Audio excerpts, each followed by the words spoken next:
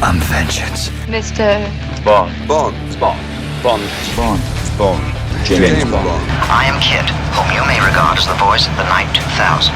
The car of the future is already here. Me. This is The Night Cave, the show covering everything related to Batman, James Bond, and Knight Rider. And now, here's your host, Brian Thomas.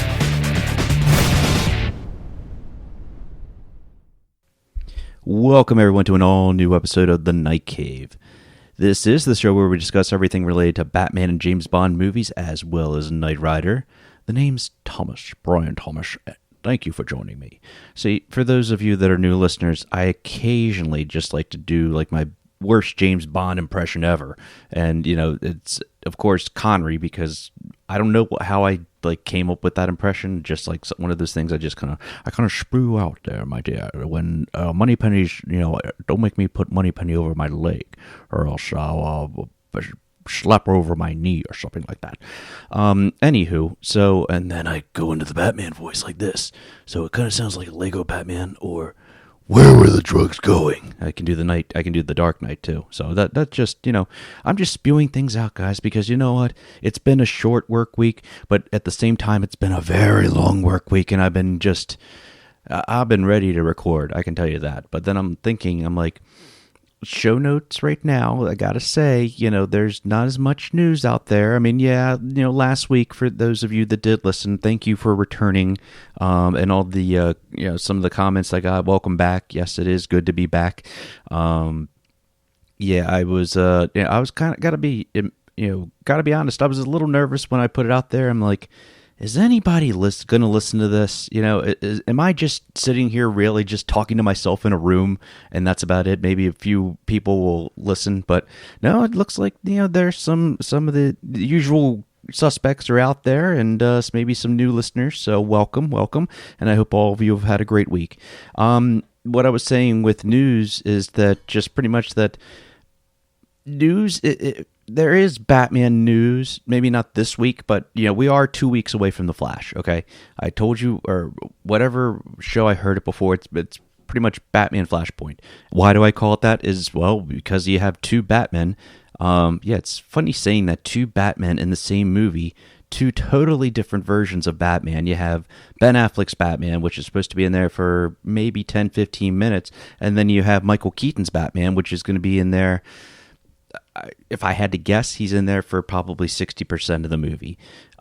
He's definitely shown heavily in the trailers. It doesn't seem like we're going to get, he's going to be at the very beginning. I don't want to do my predictions and such. I don't like, the problem with speculation is this. Well, speculation can really get you into trouble sometimes too, if you're one of those movie news reporters and such, which I am definitely not. I don't claim to be, but I would say that if I had to, speculating sometimes can be a bad thing, is because as fans, we kind of sometimes build things up in our brains, and we kind of, and especially if you watch trailers over and over again, like I do, you interpret something to be maybe not what it's going to be. So just some food for thought anyway. But where I was going with this is there really isn't a lot of Batman news. I could say I could do a whole episode if I really wanted to about speculation of what I want to see in the next Flash movie. But at the same time, there is a little bit of James Bond news, or I guess I'm creating news here too at the same time, because I want to talk more about the James Bond franchise. I know I kind of left it off all right, how do I say this without going into a rant? Because I know that, listeners out there probably don't feel the same way that I feel about this, and I never had a chance to talk about this. I'm not going to go into a review about No Time to Die, okay? I will say my thoughts real quick, okay? And then I'll kind of move on from there. I didn't like No Time to Die. I gotta be honest, I've never walked out of a James Bond movie where I was kind of like, I was like, it was kind of like, I don't know how to feel about this after seeing it. And if you haven't seen No Time to Die, then spoiler alert. Okay, 3, 2, 1. James Bond died because he became the Rocket Man. And I I was never excited about No Time to Die. There was nothing really excited me about No Time to Die besides Hans Zimmer coming on to do the score, because Hans Zimmer I consider is one of the best music composers of all time, and Ana de Armas. And I think those two were the best highlights of the movie.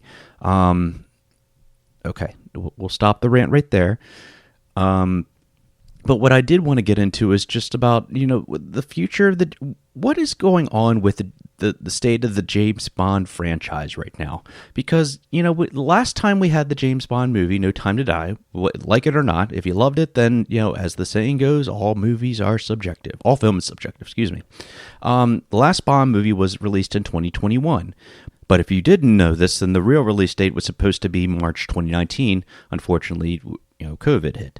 And then last March 2022, Amazon officially closed a deal of $8.5 billion deal, as a matter of fact, to purchase MGM Studios. So this gives the control of the famous movie franchises such as James Bond, Rocky, and whatever other movies they own.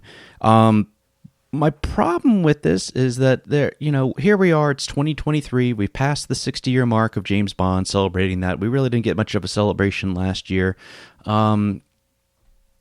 What's going on with this franchise, okay? This franchise is a billion-dollar, if not more, franchise. Batman's been back, okay? Batman Returns, see what I did there? Batman Returns, because how many Batman do we have right now actually going on? We have one Batman, two Batman, three. We have Pattinson, we have Keaton, and we have Affleck, all still Batman at the same time. Another big franchise, okay? However, you have James Bond, and I know, as my poster says, there's no substitute. There's only one James Bond. But why is it that we can have so many movie productions or Batman in production? At least we know what a tentative release date is for Batman. It's supposed to be in 2025. They set up a spin-off series with the Penguin. But the James Bond franchise, and I'm sorry, I'm going to say this, but it's on the producers. It really is. There's no one else to say this. The Broccoli family, Barbara Broccoli, I'm looking at you. Michael G. Wilson, however much involvement you have, I'm looking at you too. Eon Productions. And guys, this is not supposed to be, I'm not trying to badmouth this. I'm just trying to share my thoughts on this. Why has there been no word about this? What could possibly be the holdup for this? I'm honestly asking. I'm not a movie producer. I don't know everything that goes on in the background with all this. I mean, it can't be finances. The last thing that I have right here is an interview with the casting director from who's been the casting director since 1981. Her name's Debbie McWilliams. She spoke with RadioTimes.com, and she was explaining while younger actors did try out for 2006's Casino Royale, none of them quite fit the bill. You'll see where I'm going with this in a minute. Quoted, "When we started, it was a slightly different feel. We did look at a lot of younger actors, and I just don't think they had gravitas. They didn't have the experience, they don't have the mental capacity to take it on, because it's not just a part of the talking on, it's a massive responsibility. So we kind of scrubbed that idea and went back to the drawing board and started again. A certain audience had heard of Daniel Craig, but much more of the kind of independent cinema audience. He hadn't done any huge commercial film at all, really. Layer Cake, 2004's Layer Cake, I suppose, was the most popular, should we say, of the things he had done prior to Bond, but he wasn't a hugely well-known. McWilliams insisted that the next actor to take up the mantle of Ian Fleming's Super Spy would simply be who's best for the part. So, like I say, okay, that's the only little bit of news we've had in 2 years? Come on. What's going on here? What could they possibly be waiting for?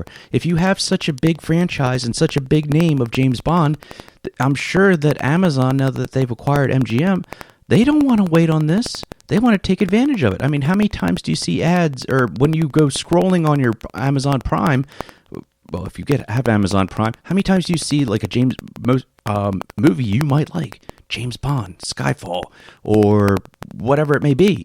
And, I just think that James Bond is as easily recognized as Batman, so, he is like the British version of Batman. And I don't think it's fair to the fans. I don't see why, Eon Productions, they should take, well, I have my feelings on the MCU. I'm not always the biggest fans of their movies. I like some of their movies, but I don't love all their movies. But I do respect them. I have lots of respect for them because you know why? They have a game plan. They always have had a game plan since Iron Man's 2008. They've had a game plan. Other franchises, such as the Mission Impossible franchise, which I believe, I think that a lot of fans of James Bond out there are fans of the Mission Impossible franchise. I could be wrong. I'm a fan of the Mission Impossible franchise. And I think Mission Impossible franchise, Tom Cruise's Mission Impossible franchise, because it really is, because he produces it, has overtaken James Bond. Why? Because they just keep knocking them out. Every 3 years or so, there's another Mission Impossible movie. Yeah, is Tom Cruise kind of redoing some of the stunts from prior James Bond movies, such as I'm looking at you with that dirt bike, taking the dirt bike off the mountain, because we all know that that's what James Bond did in GoldenEye. It's I'm just annoyed, I think, right now. I've been annoyed with the franchise for quite a while now, as a matter of fact, since, waiting on this with bringing back Daniel Craig, I think was not the best move. I realized everybody wanted, Barbara Broccoli is like in love with Daniel Craig. I say that, I'm just, it's just what it appears. You look at the pictures and you can see like she's giving him the doughy blue eyes or whatever kind of colored eyes she has anyway. But what I guess I'm trying to say is that she wanted him back. She knew that he could make money, or help this franchise make money, and fans were familiar with him. She played it safely. Whereas I think that had we had a new James Bond, we could have had a new James Bond by now. We could have had a whole new another actor, a no-name actor, and a completely, revamped franchise. And now we have to continue waiting. Now it's just the waiting game. And I'm sorry, I'm tired of waiting. Come on, give us a James Bond movie already. Why is it so hard to come up with the James Bond movie? Other franchises have done it. Other franchises are doing spy movies. They're doing action movies. It's not. I'm not saying it. I could knock out a James Bond script and really easily. Absolutely not. But you can't. You mean to tell me that you can't come up with a 10-year game plan? You can't get off your ass and come up with a 10-year game plan? Really? Come up with something. And that's another thing with the James Bond franchise, with Eon Productions. It's always been, okay, we did Casino Royale. Knocked it out of the park, perfect. I'd say it was perfect, absolutely, in 2006. And then 2 years later, what are we going to do now? Oh, we're going to go to, I don't know what we're going to do. Wait a minute, there's a short story called Quantum of Solace. We'll take that. Well, I'm not saying that's exactly how it went, but I'm saying that that's kind of how it went. And then, the reviews and reaction to that weren't quite as what they wanted. The writer's strike, you can say that as much as you want. Still, it wasn't the best of James Bond movies. My opinion.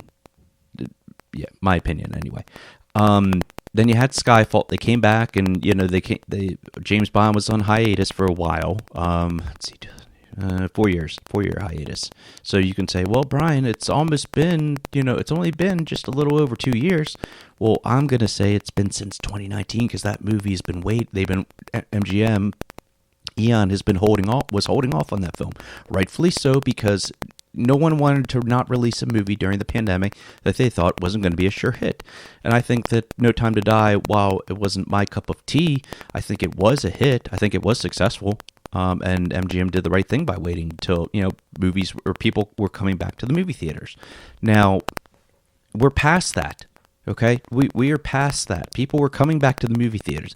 Look at last year with people coming back, how successful movies like Top Gun were. Like I said, Marvel can knock out those movies, and I don't know, what would be what do you think would be best, guys? I mean, I think that my idea, this 10-year game plan, okay, if we're successful with this first outing, this new James Bond, we're going to continue with this, we're going to continue down this road. If we're not, then we're going to come up with a plan B. Plan A and plan B. That's hopefully they wouldn't have to go to plan B. But if, they've been successful when choosing their James Bond actors, I would say. Now, I'm going to kind of go into something slightly different here because I'm going to get off my soapbox here. Let's talk about prior James Bond actors, though, okay? So, Pierce Brosnan, he's been in the news a little bit recently. It looks like he's been releasing... I never knew this about him. Pierce is... I don't know, something about Pierce Brosnan. He just strikes me. He's kind of like got that Roger Moore class to him. He just seems like a really... sweet, nice guy you want to have a couple brewskis with, or martinis, whatever you prefer. I'd rather have a few Heinekens instead, because I can't do the martinis, guys. I can't do that anymore. Those days are over. Anywho, Pierce Brosnan was talking recently in an interview with GQ, and Pierce was saying that he was kind of shocked when it came to know that he wasn't going to be James Bond anymore. So in this interview, he was saying that he in other words, he wanted more money. Okay, that's what it comes down to. This would have been his 5th James Bond, and after 2002's Die Another Day, which happened to be it grossed $431 million, happened to be the 13th highest of all times, adjusting for inflation, James Bond movies. Now, Pierce was saying that, while he was waiting for the negotiations and such, he was on holiday. He's quoted saying, "I was in the Bahamas working on a movie called After the Sunset, and my agents called me and said, negotiations have stopped. Producers Barbara Broccoli and Michael Wilson are not quite sure what they want to do. They'll call you next Thursday." And then, a little bit later in the article, it said, "I sat in Richard Harris's house in the Bahamas, and Barbara and Michael were on the line. We're sorry," she was crying. Michael was stoic and said, you were a great James Bond. Thank you very much." And I said, "Thank you very much. Goodbye." That was it. I was utterly shocked and just kicked to the curb with the way it went down. I keep thinking about was it Mallory's phrase to M in Skyfall, saying, "M, you've had a great run." And that would have been a better way of saying, to Pierce, because we all know that how much I love GoldenEye. I'd still hold it as my favorite James Bond movie. I'll always say that. I know it's not the best James Bond movie. Maybe it is. I don't know. It depends on what your cup of tea is. Do I agree that Pierce Brosnan maybe didn't have the best run of movies? I would agree with that. But I still have, I don't know if it's the nostalgic factor, because I love The World Is Not Enough. I think that's such an underrated James Bond movie. Is it as good as GoldenEye? No. Tomorrow Never Dies, it's a fun movie. Very, very fun. Definitely something you can just turn on any little part about it. And, the BMW chase, the motorcycle chase throughout Vietnam, the stealth boat, that's really cool. We'll talk a little bit more about Elliot Carver a little later. And then, as far as No Time to Die, I call that my guilty pleasure. Call it whatever you want. Oh, but the invisible car. Okay, we've moved past the invisible car. Okay, look at Spider-Man Homecoming, and they used an invisible plane in that, but no one ever gave that any crap. I mean, come on, really. So, what about the windsurfing that he did in there, or whatever it was called, the parasailing or whatever?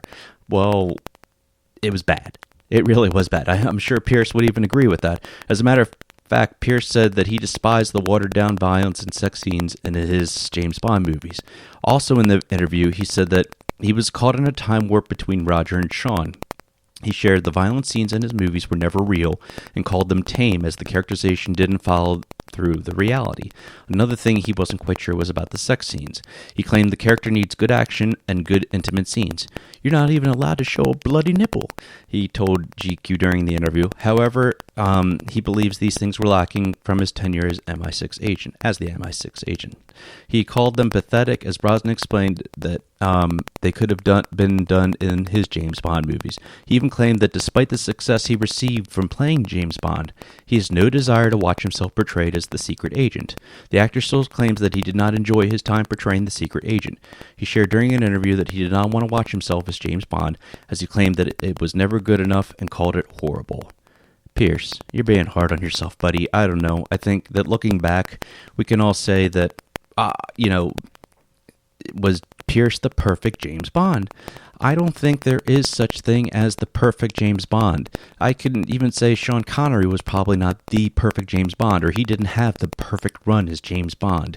Roger Moore didn't have the perfect run as James Bond. Timothy Dalton sure didn't have the perfect run as James Bond, because he never had a chance to have the perfect run as James Bond. But even if he did, this is just in a perfect world, if Dalton had like 2 other movies or whatever, could he have been the perfect James Bond? No, I don't think so. And I think even like actors like Timothy Dalton, go back and look at, The Living Daylights or License to Kill, and they could probably pick on that. Sean Connery, I'm sure, had words of, that he didn't like some of his James Bond movies, and you could tell near the end that he wasn't really into it. It became all about the money, but I'm looking at you, Diamonds Are Forever. Anyway, I digress. Excuse me. And let me take a sip of water here. Hold on a second. Yeah, I did that live on the air, or however you're listening. So I think that Pierce is being a little hard on himself, but hey, to each his own. Pierce is my James Bond. Daniel Craig is my second favorite James Bond, mainly because of the movies. I think I still, have love for him, despite him returning for No Time to Die. But what do you guys think? Do you think Pierce is being too hard on himself? I think he is. I think that it's just like, Pierce, you had a good run. Maybe it could have been. Go watch The November Man. Now that's a good movie. If you want to see more of a darker, bloodier James Bond, I think that's kind of what his answer to it was with The November Man. It's actually got Olga Kurylenko in it too, and it's got that James Bond formula to it. And another one, a good Pierce Brosnan movie I just watched recently was The Matador. Oh my God, if you want to see Pierce as an assassin but with dark black comedy, oh my God, it's great. I always wanted to see it, and I saw it just recently, and I loved it. So, hey Pierce, we still love you, okay? So don't be so hard on yourself. A couple more things I did want to talk about was some news I came across just yesterday, or just this past week, about the next James Bond. This comes from the GB News, so to the listeners over there in Great Britain, I'm sure you're familiar. Let me know if this is a big news breaker or not. I'm not sure. GB News. They were saying that the next James Bond will be a person of color. Dun, dun, dun. After the Daniel Craig exit, says an industry boss. So they had some kind of TV executive. He was being interviewed, and the thing that I don't like about these articles is, and well, Brian, why are you reading it? Because I'm just starting up a conversation right here. If you and I are just sitting in a bar, or we're sitting in Jamaica at GoldenEye having a few drinks, then this is something I would say. Hey, you know what? What about this? What about the next James Bond? The next James Bond being a person of color. Oh no! I just think I just lost some of the fans out there, because how dare I say the next James Bond be of color? Well, guys, it's going to happen sooner or later. Now, if I said the next James Bond's going to be a female, then that's the one I'm going to argue, saying no. There can be only James Bond is always going to be a man. You can create, I think I said this like a couple years ago at least, if you want to create a James Bond franchise for a female, call her Jane Bond. I don't give a rat's ass. Just call her something else, because she is not going to be James Bond. Now, we've had a Scottish actor, we've had an Irish actor, we've had a, Lazenby was I believe Lazenby was Australian, if I'm not mistaken. Roger Moore and Timothy Dalton were British. Daniel Craig is British also. So, I mean, as far as, actors, that's the only kind of difference. They've all been white. I'm all for having an actor of color, and that doesn't mean that, the time has come and gone for Idris Elba, for those of you out there that, still think he could be James Bond. Idris Elba is how old? Alexa, how old is Idris Elba? Hold on. He's 57 years old, so unfortunately that time is coming past. He would have been a great James Bond, actually, I think. He definitely has the charm, and he definitely has that, what's the word? I don't know. He definitely has that masculinity to him, that he definitely could, be a kick-ass James Bond. But again, come and gone. But there are other actors like him that are out there. I'm not saying based on his skin color. I'm saying that there are plenty of other actors. They don't have to be just white actors.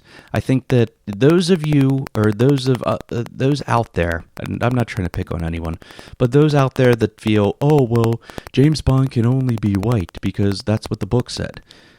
I don't care about what the book said. This is, if everybody's always has some kind of disagreement, that's not how the books were written. That's not what Ian Fleming would have wanted. Do you think Ian and Fleming wouldn't have adapted after a while? He might have, because, times are changing, guys. And I think it's way past overdue to have a James Bond of color.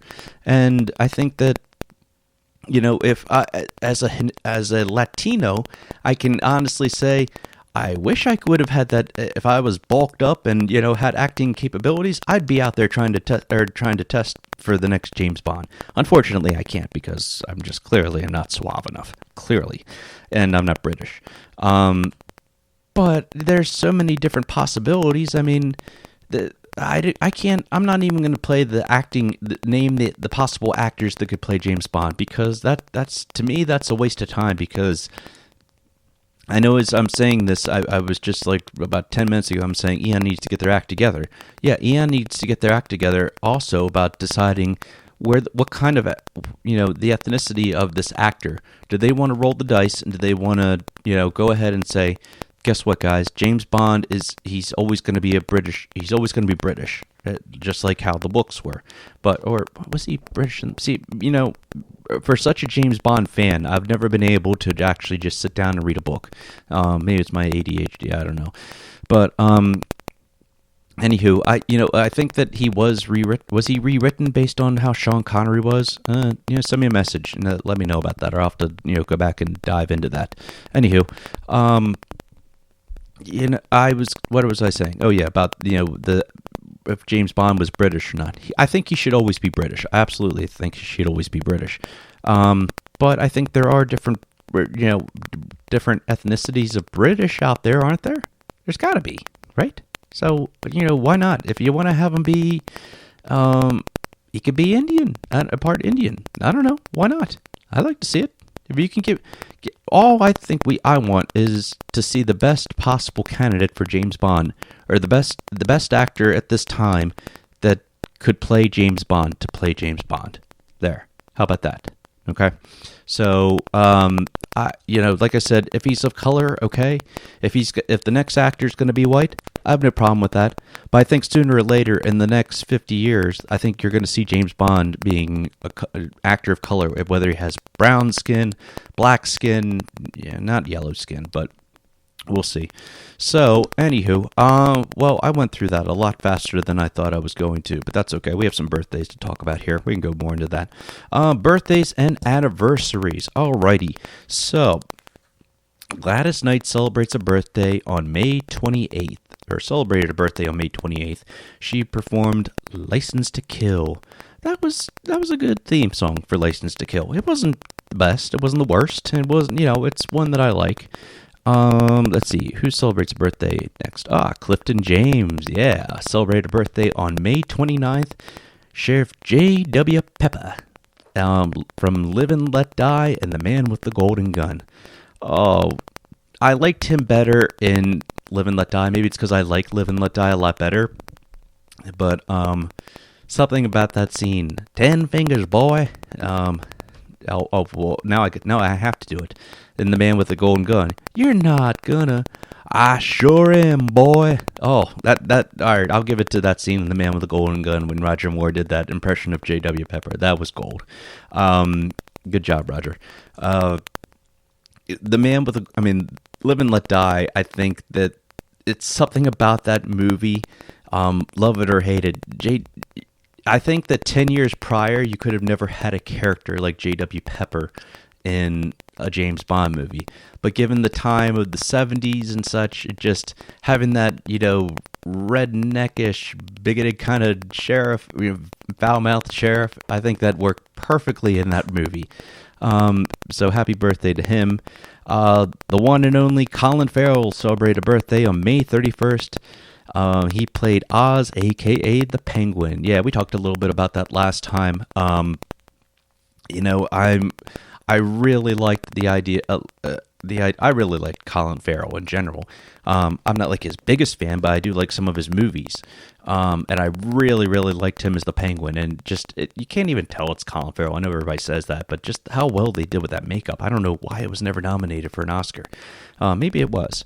Let's see. Jonathan Pryce. Oh, yes. Celebrates a birthday today. As a matter of fact, on June 1st, he played Elliot Carver in Tomorrow Never Dies. There's no news like bad news. Oh, Elliot Carver. Talk about a timely villain. My gosh. Oh, in a world where we're talking about now, at least if you're in the same country as I am, where you talk about a country that deals with mass media and fake news, as they call, or people claim to be, there's fake news out there and such. Elliot Carver is the perfect villain. I think that's actually what makes That's what makes Tomorrow Never Dies such a great movie, and actually makes it even, hold up to this day. From a movie from 1997, I think it's more timely than ever to have a villain like Jonathan Pryce as, Elliot Carver. I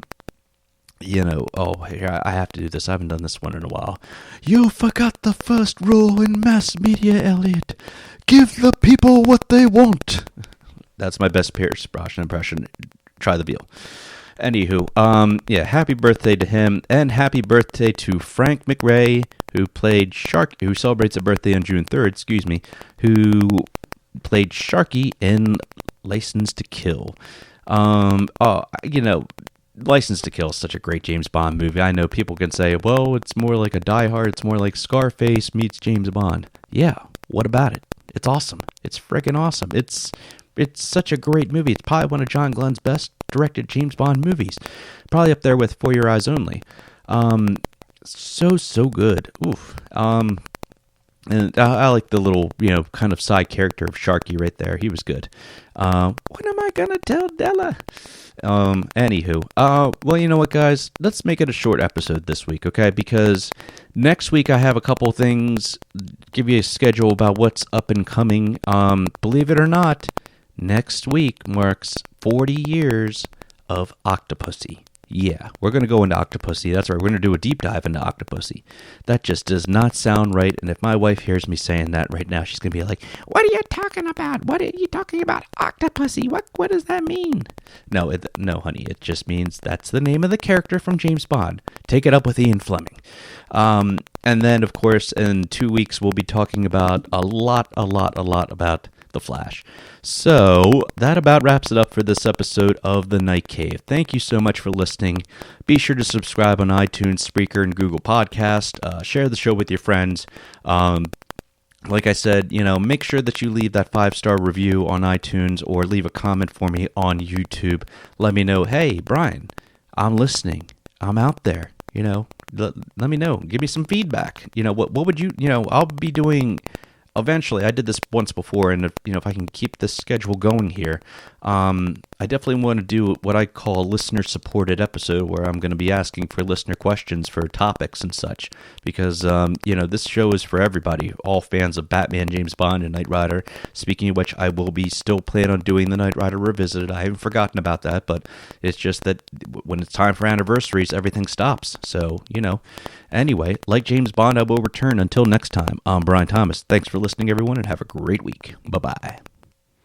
Once again, thank you so much for listening and or watching. Make sure that you subscribe to the show on YouTube, or you can listen and subscribe on iTunes, or you can listen and subscribe on Spreaker, or wherever you get your podcast. And make sure you follow The Night Cave on all the social media platforms, Facebook, Twitter, and Instagram. The Night Cave is not affiliated with Warner Brothers Pictures, MGM, UA Studios, or Universal Studios, and no infringement is intended. All opinions belong to me, The Night Cave. Thank you.